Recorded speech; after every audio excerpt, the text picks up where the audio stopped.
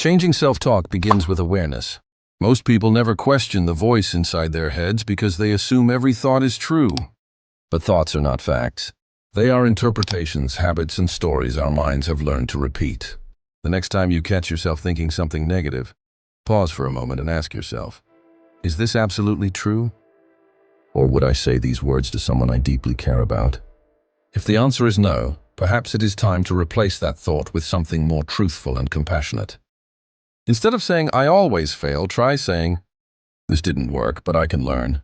Instead of saying, I'm not good enough, remind yourself, I'm still growing. One sentence can close the door to possibility, while another can open it. History offers countless examples of people who transformed their lives, not because circumstances suddenly became easier, but because they changed the way they spoke to themselves. Athletes use positive self-talk before competitions. Entrepreneurs remind themselves that failure is part of learning. Great artists continue creating despite self-doubt because they refuse to let fear become the loudest voice in their minds. They understand that confidence is not the absence of doubt, but the decision to keep moving despite it. Perhaps the greatest relationship we will ever have is the relationship with ourselves.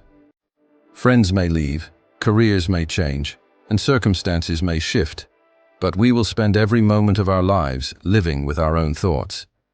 If that relationship is built on criticism, life becomes exhausting.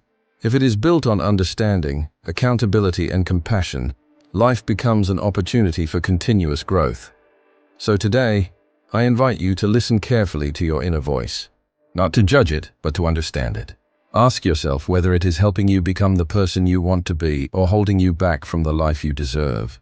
Remember that every belief begins with a thought, every habit begins with a decision, and every meaningful change begins with a single conversation. The most important conversation you will ever have is not with another person. It is the one you have with yourself. Choose your words wisely, because your mind is always listening, and the story you repeatedly tell yourself today may become the reality you live to.